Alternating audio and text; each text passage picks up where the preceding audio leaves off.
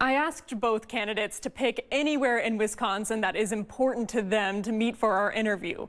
Senator Tammy Baldwin chose to meet in Columbus, Wisconsin, following a campaign event to thank volunteers for collecting signatures for her.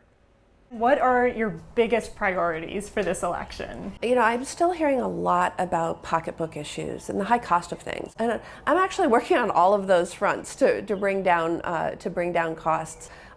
Whether that be capping insulin for those on Medicare at no more than $35 per month out of pocket, or more recent, a couple of colleagues and I launched an investigation into the high cost of asthma inhalers. We've done a lot of work in the childcare arena. One of your most recent ads, you talk about your mother's struggle with addiction and how that sort of impacted the way you approach policy now. And I'd love to hear more about that story and what you're looking to do now. In the last year for which we have figures, over 1,400 Wisconsinites died of overdoses in 2022. Over 1,400. And the vast majority of those were because of fentanyl. We have now some more powerful tools to sanction China and Mexico, but we have got to strengthen the security at our southern border. You've had over 30 years of experience in politics. Is there anything new you want to bring to Congress? There's many, many ways we still have to make a difference.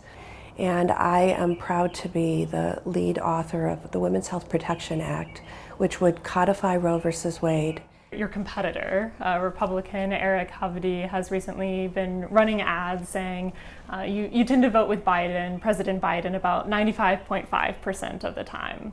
And I'm wondering, do you consider this a fault or a problem? Yeah.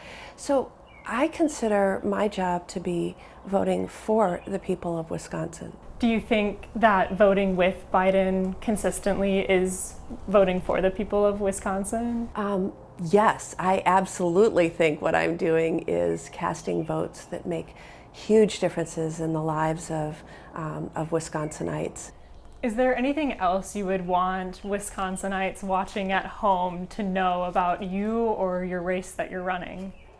Well, the contrast could not be sharper.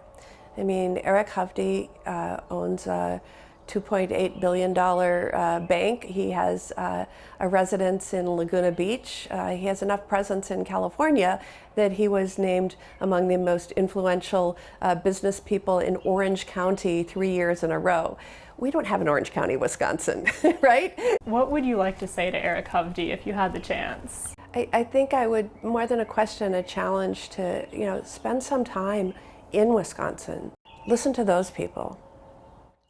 The most recent Marquette Law School poll shows Senator Baldwin with a slight lead, coming in with 52% of registered voter support and Hovde with 47%. Tomorrow at 10 p.m., my interview with Eric Hovde will air. But you can check out both interviews, full transcripts, and extended cuts of the candidates' answers online right now. From Madison, Vanessa Kjeldsen.